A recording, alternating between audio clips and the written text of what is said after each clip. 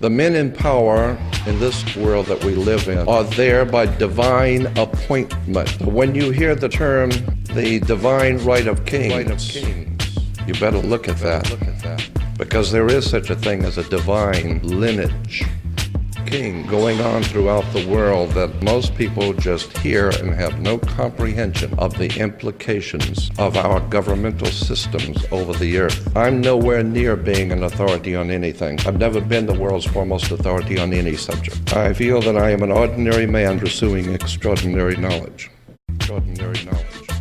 As ill-informed as I have been and am now, I'm smart enough to know that there is a God in the universe. There is a divine presence in the universe that men have called God.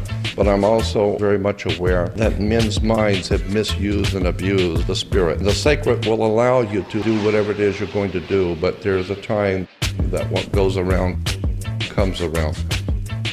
And I am warning my audience, keep in mind, there is a spiritual matrix, that there is a God in the universe, a dynamics that's at work in this world today, and there are events coming upon the inhabited earth that men are falling into heart attacks and traumas because they understand what is about to happen on the face of the earth.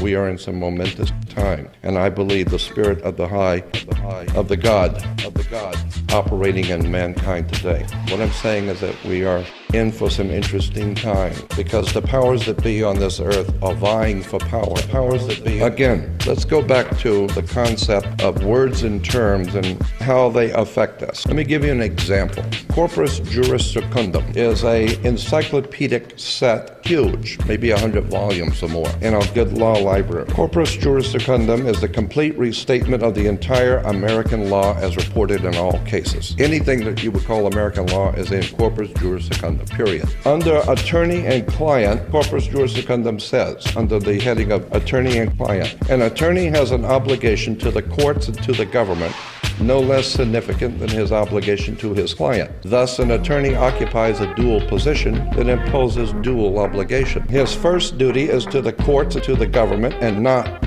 to his client. And whatever duties his client may conflict with those he owes as an officer of the court, the former must yield to the latter. If you hire an attorney and you don't like what's happening in the court, then you got nothing to say about it.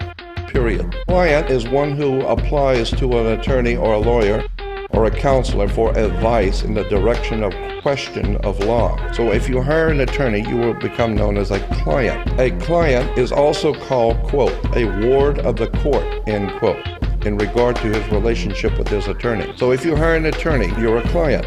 And if you're a client, the law says you are a ward of the court. Why is this important? Because in Black's Law Dictionary, it says a ward of the court is an infant or person of unsound mind. Basically meaning if you hire an attorney, you're an idiot.